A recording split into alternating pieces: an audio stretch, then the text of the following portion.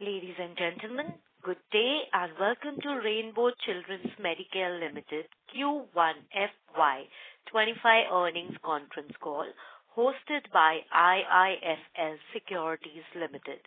As a reminder, all participant line will be in the listen-only mode and there will be an opportunity for you to ask questions after the presentation concludes. Should you need assistance during the conference call, please signal an operator by pressing star, then 0 on your touch-tone phone. Please note that this conference is being recorded. I now hand the conference over to Mr. Rahul Jivani from IIFL Securities Limited. Thank you and over to you, sir. Yeah, hi, good morning everyone. I welcome you all to the first quarter earnings conference call of Rainbow Hospitals hosted by IIFL Institutional Equities. From Rainbow, we have with us Dr. Ramesh Kancharla, Chairman and Managing Director, Mr. Sanjeev Sukumaran, Group Chief Operating Officer, Mr. Vikas Maheshwari, Group CFO, and Mr. Saurabh Bhandari, Head Investor Relations and Group Business Analyst. Over to you, sir, for your opening comments. Thank you, Rahul. So good morning, everyone. So I'm delighted to extend a warm welcome to the earnings call for the first quarter of financial year FY25. Our quarterly performance reflects our commitment to expanding the footprint, operational excellence, and our continued investment in technologies that enhance patient care and drive efficiency. This quarter, we have delivered a robust financial and operational performance. We have remained focused on optimizing our processes, ensuring that our services run seamlessly and efficiently to enhance the network effect of our hub-and-spoke model. In the last quarter, we marked a significant milestone by commissioning 3 new hospitals, one each in Hyderabad, Bangalore, and Chennai, adding a total of 280 beds. This brings our total capacity to over 2,000 beds, including managed beds in New Delhi. We delivered a credible 15% revenue growth in a seasonally weak quarter. So we have seen progressive growth across all the operational metrics compared to the previous year. Our outpatient footfalls, inpatient admissions, and deliveries are all showing significant improvement. We are optimistic about maintaining and surpassing this growth in the coming quarters. Our EBITDA growth has been slightly muted, primarily due to the costs associated with our newly opened hospitals. The trajectory of the operations at our new hospitals is as per our expectations and showing growth month on month. For the Q1 FY25, our revenue registered a growth of 15%, amounting to 330.2 crores. Similarly, our EBITDA increased by 7%, reaching to 93.7 crores, while the PAT was down by 4.2% to 39.7 crores due to the higher depreciation and finance costs, mainly as India's effect. Our overall occupancy rates for the quarter was 42.4%, with the mature hospitals achieving 50% occupancy, and the new hospitals, including the recently commissioned hospitals, recording a 27.6% occupancy rate. So these figures indicate that we have a sufficient headroom for growth in the coming quarters. During the quarter, we have launched a pilot project, an adult vaccination outreach program, which we named it as Avon, with the top 5 vaccine manufacturing companies to cater to the immunization needs of the families. Avon initiative will cover vaccines including influenza, the HPV, pneumococcal vaccine, and the shingles. The progress on IVF has been promising and has garnered good traction. We expect to keep up the momentum on IVF side and grow in the coming quarters. Our ongoing investments in the technology has achieved tangible results. By leveraging advanced digital tools, we have been able to significantly impact the patient experience, from streamlining the appointments to the faster and more accurate diagnostics. These innovations not only enhance the patient satisfaction but also contribute to the operational efficiencies. In addition to this enhancing our operational capabilities, we have made a significant strides in data and cyber security. Recognizing the critical importance of the safeguarding patient data, we have invested in robust security measures that keep us ahead of potential threats. This proactive approach ensures that our patients' information is secure and reinforcing their trust in our services. Highlighting the project's status, the development of our new regional spoke, which is in Rajahmundry of 100 beds, the work is in progress, and also the Hennur, Bangalore 60 beds of spoke is progressing well. Both are expected to commence operations in Q4 FY25. The project for the regional hub hospital in Coimbatore of 130 beds has just started and is expected to complete in 24 months' time. We have registered the land parcels in Gurgaon at Sector 44 and 56. For Sector 44, we have submitted the drawings to HSVP for building sanction approvals. Further, for the Sector 56, we will be submitting the drawings to HSVP in the coming week. Beyond our growth plans, I would like to highlight some significant achievements that underscore our dedication to pediatric and maternal health care excellence. A 15-year-old child was actually being treated elsewhere for a seizure disorder for the last 12 years with a normal neuroimaging and also EEG on several occasions by various doctors, including neurologists. When the child finally reached Rainbow, our pediatric nephrologist carefully evaluated and discovered that the child is having a very low heart rate and also has a partial hearing loss. So he then kind of referred the child to our pediatric cardiologist, suspecting some genetic disorder. There may be heart involvement. The cardiologist performed the ECG and an echocardiogram and detected there's a long QT interval on ECG, which is known to cause bradycardias and arrhythmias. The genetic test confirmed the long Q2 intervals as a part of Jarvell-Lange-Nielsen syndrome, which is a very, very rare condition. And in this particular condition, these children will have a long QT on ECG. They are prone to have bradycardias and sometimes arrhythmias and death. So in this case, the child was actually being treated, unfortunately, for 12 long years with the anti-epileptics without diagnosis. I think the great clinical acumen of our pediatric neurologists and clinched the diagnosis, and this child was treated with a very simple medicines called beta blockers and mexiletine to treat for on a long-term basis. In another case, a 32-year-old lady with a complex medical history of ischemic heart disease and a stent in place with a chronic renal failure and a diabetes was advised not to become pregnant because of her multiple comorbidities. However, the lady accidentally became pregnant and sought our help to continue the pregnancy.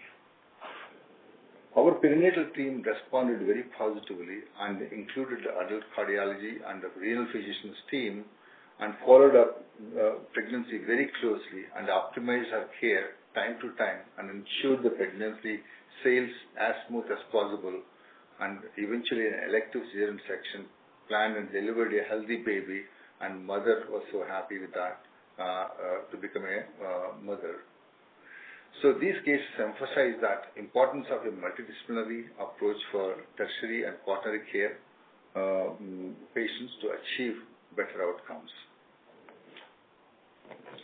As we celebrate Silver Jubilee of Rainbow in providing world-class children's health care in India, I extend my heartfelt gratitude to our doctors, nurses, and the entire Rainbow family, along with our valued stakeholders and young parents who have contributed to this incredible journey.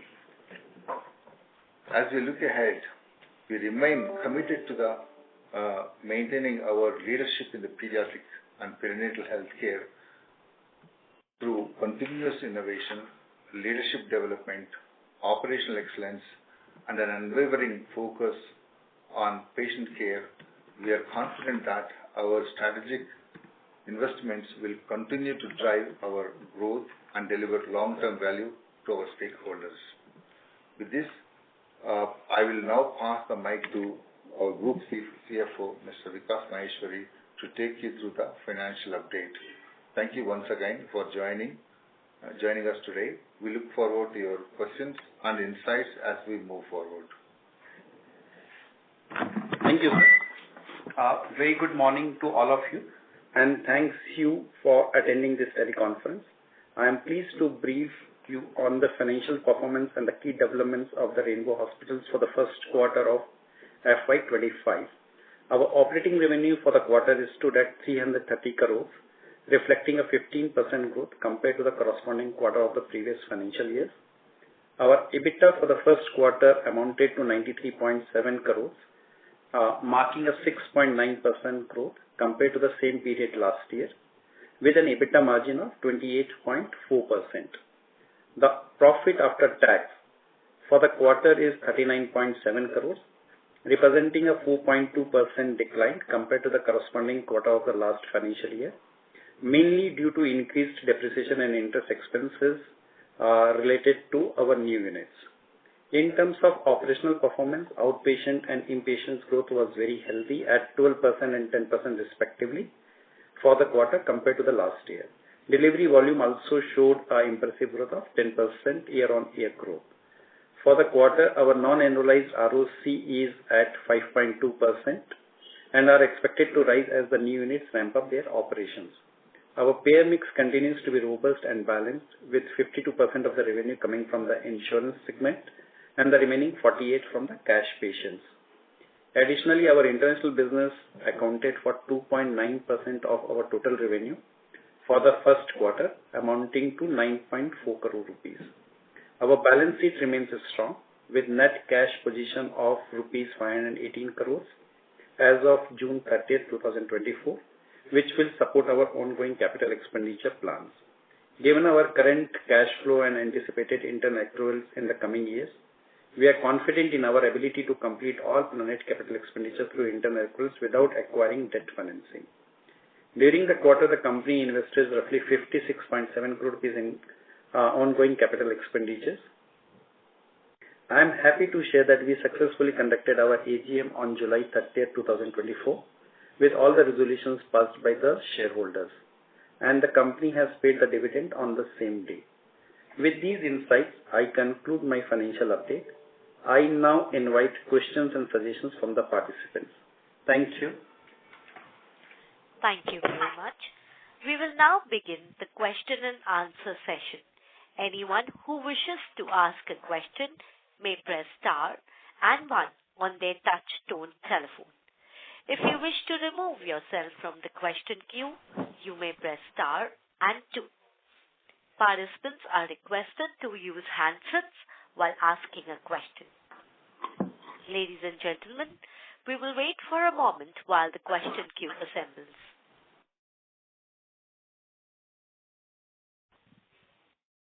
The first question is from the line of Pritesh Chheda from Lucky Investment. Please go ahead, sir. Yeah, sir, on the existing hospitals, what was the revenue growth and the margin profile on a YY basis, if you could share that? Because I was looking at the presentation, you've given all the other data points except like-to-like comparison. Lucky, I think, so on the matured units, the revenue growth has been healthy. It has been at around 7 to 8% growth year-on-year basis. And we expect this growth to go further up as we enter into the season. Typically, the quarter first remains very muted still we could show some growth of 7.3% year-on-year basis. And as we enter into the season, which is September and December, you will see more healthy growth in the double digits going forward. But when we are comparing on a YOY basis, which is a like-to-like quarter, why is the growth single digit? Now, your point is correct. We have no points on this. The last quarter has been very, it's a very heat, and the people have taken, and the elections was there where the many people have gone, the different places, etc. There may be the reasons where we have seen this slightly, less growth in terms of revenue growth. Okay. And at the 7% growth, what is the margin profile there? Is there any erosion in margin? We are not seeing any margin erosion. In fact, in the matured hospitals, they operate on the operating leverage. So any incremental revenue growth will always, improve the EBITDA or EBITDA margins. Okay. But at 7% growth, will the margin be a similar number only? Is that fair to assume? It should be same. It's not changed. It is slightly improved on only. So we are not seeing any sign of the EBITDA margin impact year-on-year basis. And my second question is, sir, on the newer hospitals, usually what is the trajectory of occupancies that, year 1, year 2, year 3, usually you budget at while making these investments? And at what level of occupancy usually these hospitals break even? No, it depends on, it depends on where these hospitals are. Usually in Hyderabad, we expect it to be kind of a break-even within the first year itself. And at what occupancy, sir? Usually about 35% occupancy, we break even. Okay. Yeah, 35% occupancy, we break even. And a place like Bangalore, it will take about 12 to 15 months' time. Chennai might take about 15 to 18 months' time. That's how we look at it. Based on the maturity of the hub and spoke model, we tend to kind of clock that way. So your prime market, Hyderabad, has year 1 of break-even, and everywhere else is less than 2 years, basically. Anywhere between 1.5 to 2. And at the same OR of 35% or less? I think it's more or less about 35% occupancy. Okay, done, sir. Thank you very much. Thanks. Thank you. To ask a question, please press star and 1 now. The next question is from the line of Damayanti Kerai from HSBC. Please go ahead. Hi, good morning, and thank you for the opportunity. My first question is on costs related to new units. So just want to understand whether the first quarter numbers reflect most of the costs which you have incurred or you expect to incur on an ongoing basis for the new units. Or do you have a plan to add on more doctors, more people, etc. there? So some color on that will be helpful. Damayanti, I think the quarter first, whatever the cost structure we have seen for our new units which we started, I think it's more or less settled there. Obviously, we started these units in fag end of the March quarter, right? So the doctors have started joining April, May, and June. So you will see some incremental cost may come for the new units, but more or less, I think 90-95% is settled there. Okay. As we grow these units and new clinical sites join, there may be some impact, but not major. So it's more or less what you are seeing is more or less settled there. Understood. So in terms of margin, we understand your September and December quarter are very healthy, but on an annual basis, how should we think about improvement or change from the FY24 level? I think, Damayanti, we just to anticipate that our growth is probably for this year will be kind of a late teens. When you do a late teens growth, I think overall most of the operating metrics and financial metrics will be pretty healthy. Understood. And my next question is, in Hyderabad market, your competitors are getting more aggressive in mother and child care segment. So So what are your thoughts on the competitive scenario, and have you seen any impact in terms of, say, loss of clinical talent, etc.? I mean, Rainbow is a very, very large and strong forte. I mean, I don't think we will not be kind of impacted directly through the loss of clinical talent because the brand drives the business here and not the individuals. Second important thing is, of course, when there are a lot of doctors, hospitals have started coming in the similar space, certainly there definitely some competition will come. But, I mean, with our kind of credibility in Hyderabad city, we may not kind of impact on the long-term basis. Okay, sir. It's not something new to us. We have been seeing this competition almost like more than a decade. Sure. And my last question is, you mentioned your IVF program is picking up momentum. So if you can just update us on how do you plan to take it up, and very broadly, over next 2 to 3 years, how do you want to grow this business, and how critical this is for your existing offerings? Okay. Well, we had 3 in the past, one in Bangalore, Vijayawada, and Hyderabad. Now we got about 11 total.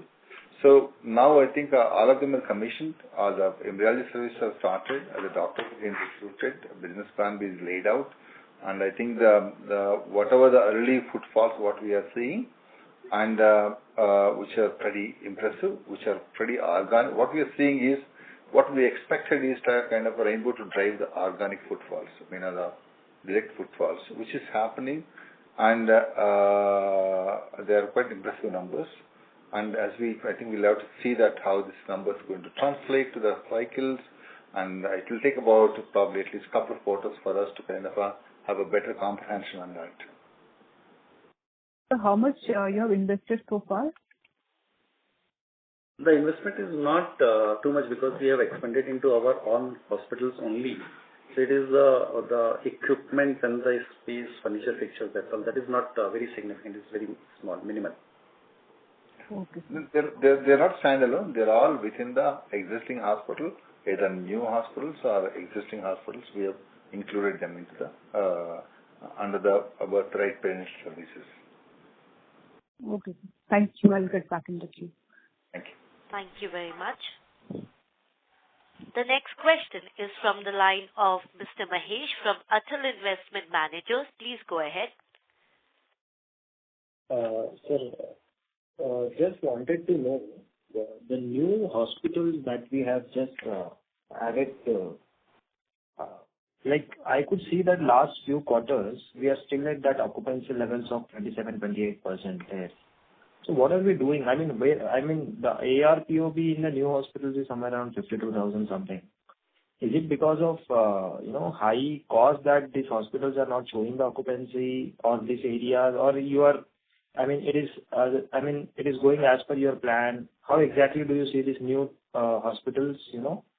Because the earlier guy you told that 35% it will be a break even. So we are still at 27% for the new hospitals. So when do you see this break even levels reaching? If you can take this back. Yeah, Mahesh, I've already earlier stated about the timelines of the break even. So I think that we are in a children's healthcare space and also the mental services. These are organic businesses. These are not aggregation businesses like multi-specialties, right? A lot of sales driven, those things. It will take its own time because we do recruit doctors on a full-time basis. I mean, medical teams have to setting, and people have to recognize, and then I think kind of it starts growing organically. Why we say about in Hyderabad, we probably are kind of doing the first year break even within the first year, and that's because of the redistribution of the patients and also the huge brand reputation. The moment you say there is a Rainbow, then people automatically goes there. So to an extent, that also happens in Bangalore, and Chennai just kind of the traction will take a little longer time. This is how we work. So generally that acquisition of the practices are much less in pediatric side, and this is more of organic drive. So the timelines, what we see, we're quite happy with what our timelines about 12 to 18 months time are the spoke hospitals to break even, at 35% occupancy. And one other thing is that now we will take at least about 6 months time to get all the insurance sorted out. So that's again big. They're not going to, give you the insurance power. The TPA is they recognize as soon as you start the whole hospital. It's always challenging. So we are kind of still waiting for some more permissions, some more insurance tie-ups and those things. They'll all happen kind of a 6 to 9 months time it takes. So these are all things which actually takes its own time to kind of settle. All right. So just my knowledge sake, just wanted to know what do we do to attract this polyclinics that you have in the Hyderabad region? But the spread of polyclinics is huge. I mean, the clinics where, they don't have this beds and all, but they are, doing it on a very lower scale. How are you reaching out to those people? And, in terms of walking from their side, how do you see that thing coping up in future? Because I see Hyderabad currently in Hyderabad, there are a lot of polyclinics operating. So how do you see that particular thing? See the polyclinics for the children's healthcare, we can do that since we are already there, almost 7 hospitals in Hyderabad. And we are, envisaging to do one more. I think almost we are there very close to kind of most of the geographies. In addition, doing polyclinic, now recently we just kind of contemplating to do one more polyclinic in Attapur area. So I think the polyclinics are important, but at the same time they have to be driven by our own doctors. We can't recruit doctors of non-aligned doctors to do polyclinics. That won't to kind of convert patients to you.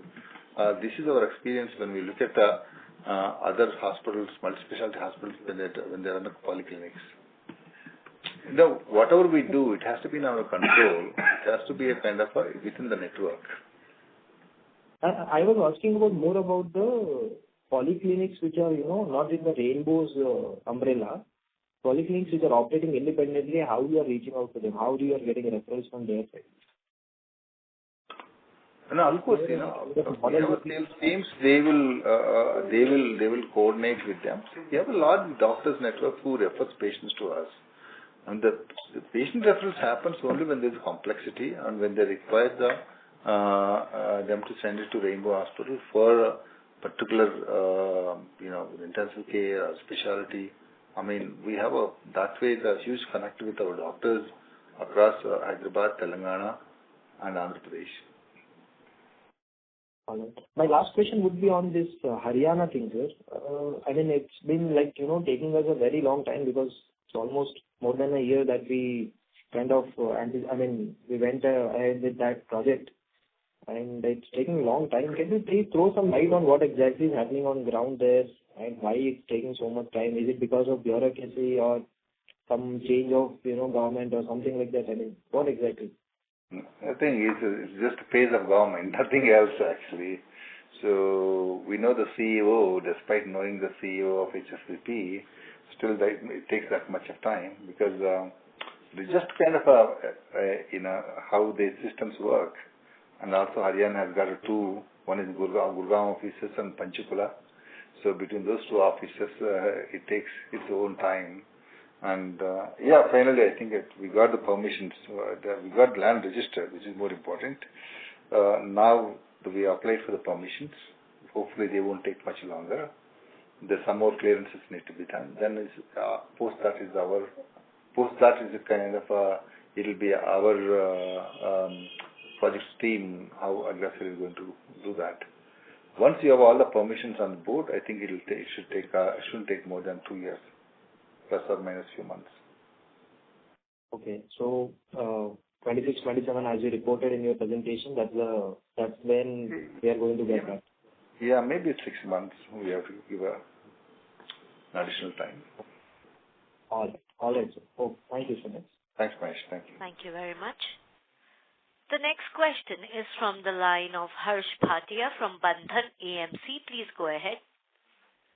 Yeah, morning. Am I audible? Yes, sir, you're audible. Thank you. So just one clarification.